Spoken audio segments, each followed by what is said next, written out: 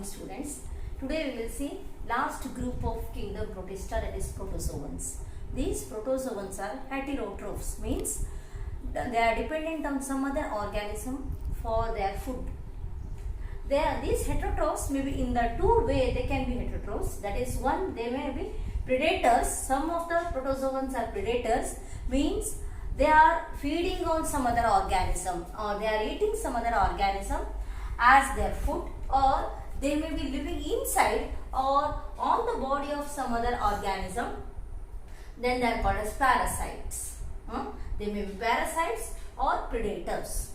Next one, these protozoans are we can say very close, far primitive relatives of animals. They may be far relatives or primitive relatives of animals, because they shows the heterotrophic mode of nutrition for the first time. Long back, these protozoans were kept under kingdom Animalia. Now it is common under kingdom Protista, very long back. Hence, these are primitive relatives of animals. And these protozoans may be divided into few groups once again, depending on their locomotory structure. First one is amoeboid protozoans. Here, these amoeboid protozoans may be freshwater, marine, or they may be living in the moist soil. These organisms move and capture prey using their locomotory structure, namely pseudopodia. In this very good, very famous example you have studied in the lower class, that is amoeba. Amoeba, which you have already studied. The name amoeba, it is having an irregular shape. This organism or unicellular organism, it moves and engulf prey. For example, here if it is an prey is that, it moves in this direction, in this way. It gradually moves like this and forms like this. It comes now.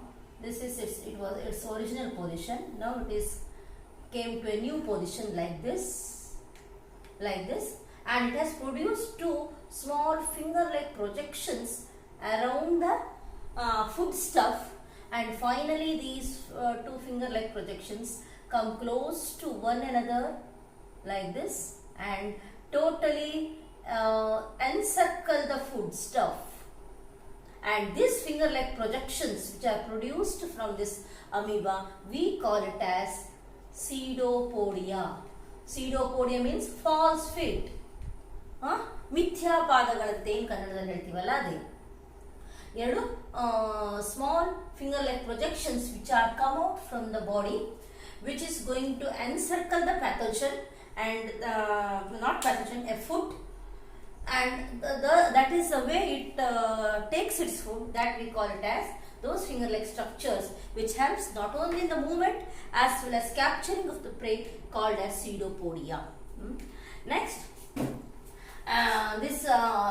the amoeba is a freshwater where the plasma membrane is not having any shell, but in a marine forms we may find siliceous shell. Outer to this, a siliceous shell we may find if the amoeboid protozoans are marine. And some of these amoeboid protozoans may be parasitic. For example, entamoeba or Entamoeba histolytica, which causes amoebiasis, the foodborne disease or waterborne disease we will see, that is in the next year. Thus Entamoeba, it is a parasitic form we can see in the amoeboid protozoans. One thing you should remember here, amoeboid protozoans are those protozoans which possess locomotory structure as pseudopodia. They may be freshwater, marine, or they may be present in the moist soil. Example for amoeboid protozoans are amoeba and entamoeba. Next one is flagellated protozoans. Here, as the name indicates, locomotory structures are flagella.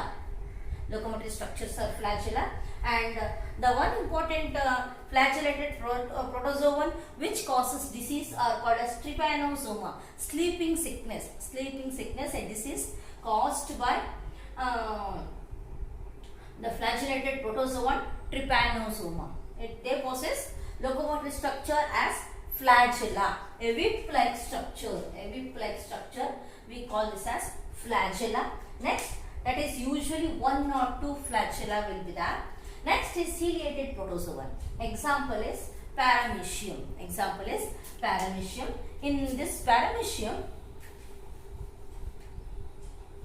we will see a gullet, a slipper-shaped body you will see,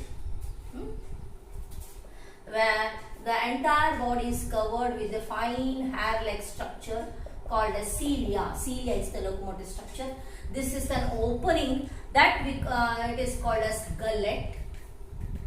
The combined action of all these cilia along with the water, the untangled foodstuff which is present in the food is made to enter into this gullet through this cilia, and the food is later digested in this gullet.